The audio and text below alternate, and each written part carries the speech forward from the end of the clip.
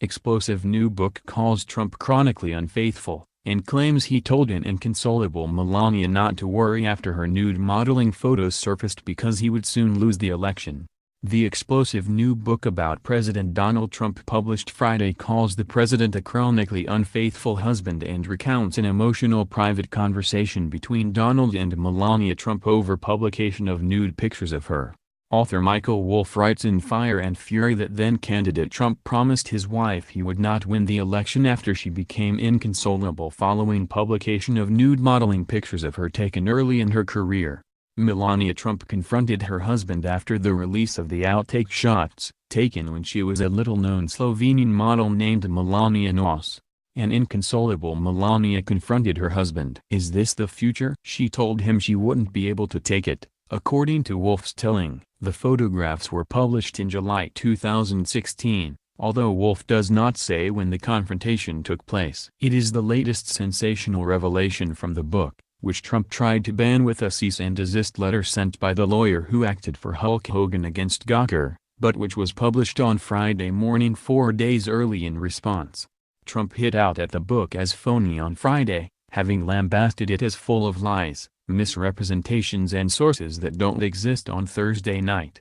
Meanwhile, Wolff thanked him for the publicity which saw the book shoot to the top of the Amazon charts and generate lines at bookstores. The First Lady had previously denied an early extract which claimed she wept on election night when it was clear he was winning and that it was not tears of joy.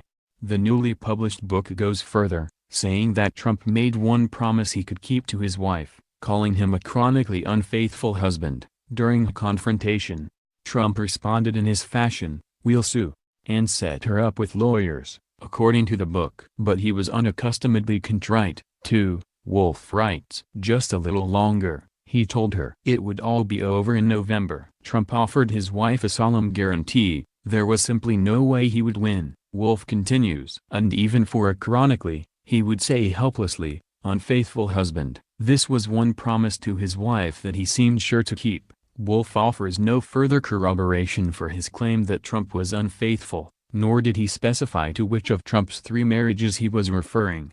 Trump's first marriage, to Ivana, ended because of his public affair with Marla Maples, with his mistress telling the New York Post it was the best sex I ever had.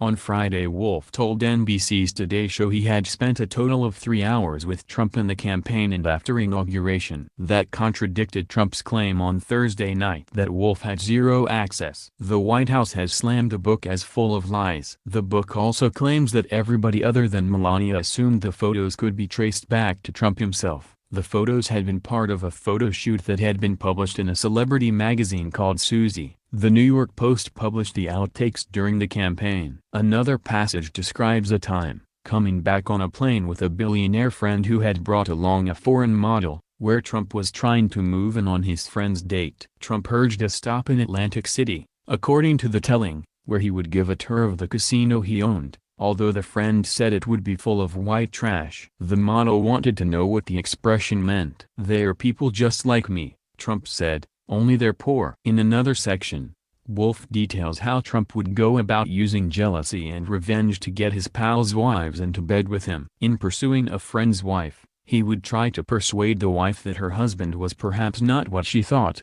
by having her secretly listen in on speakerphone for a meeting that Trump would have with her husband in his office.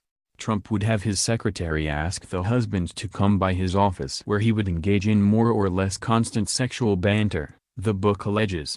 "Do you still like having sex with your wife? How often? You must have had a better FK than your wife." Wolff's book suggests Trump would ask his friends whose wives he would pursue. "Tell me about it. I have girls coming in from Los Angeles at 3 o'clock. We can go upstairs and have a great time. I promise." Trump would continue to goad. All along, Trump would have his friend's wife on speakerphone, listening in, according to the book. Other passages in the book reveal claims about his perplexing marriage to Melania, including that the pair could go days without seeing other, even when they were both at Trump Tower at the same time. Excerpts from Michael Wolff's new book Fire and Fury claim that Trump and his wife spent very little time together and that she often didn't know where he was prior to him becoming president. Donald Trump's marriage was perplexing to almost everybody around him, or it was, anyway, for those without private jets and many homes, Wolf writes.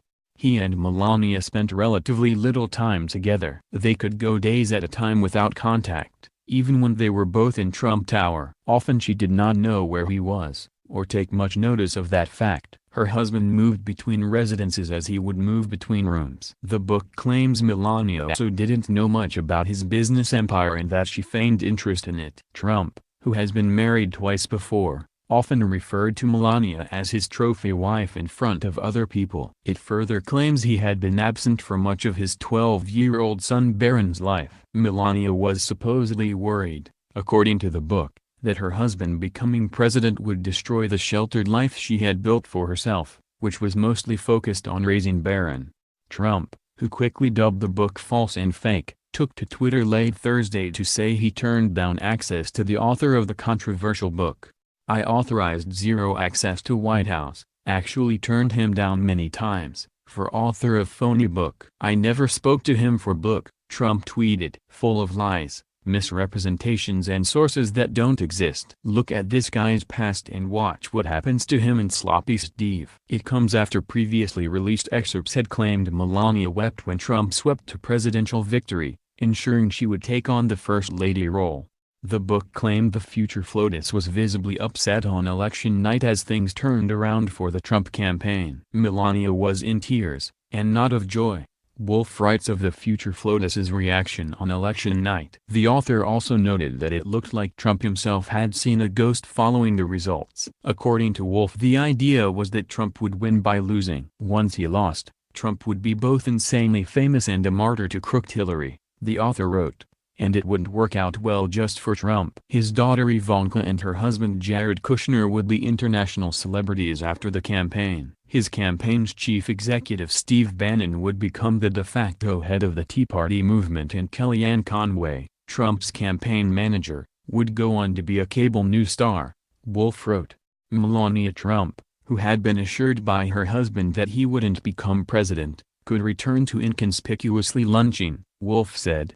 The book also says Melania seemed on the verge of tears during her husband's inauguration. Her White House spokeswoman, Stephanie Grisham, forcefully denied the claims earlier this week. The book is clearly going to be sold in the bargain fiction section, Grisham said. Mrs. Trump supported her husband's decision to run for president and in fact, encouraged him to do so. She was confident he would win and was very happy when he did. It is no secret Melania delayed moving to Washington in 2017 until son Barron was out of school for the summer. Since taking over the role of First Lady, she has participated sporadically in public engagements. The book also insinuates that the president and First Lady have separate bedrooms, being the first couple to do so since John and Jackie Kennedy. Trump, Wolf said, wanted a lock for his room, much to the chagrin of the Secret Service. One of Trump's personal lawyers demanded on Thursday that the book be shelved because of what he said were maliciously false claims against the president.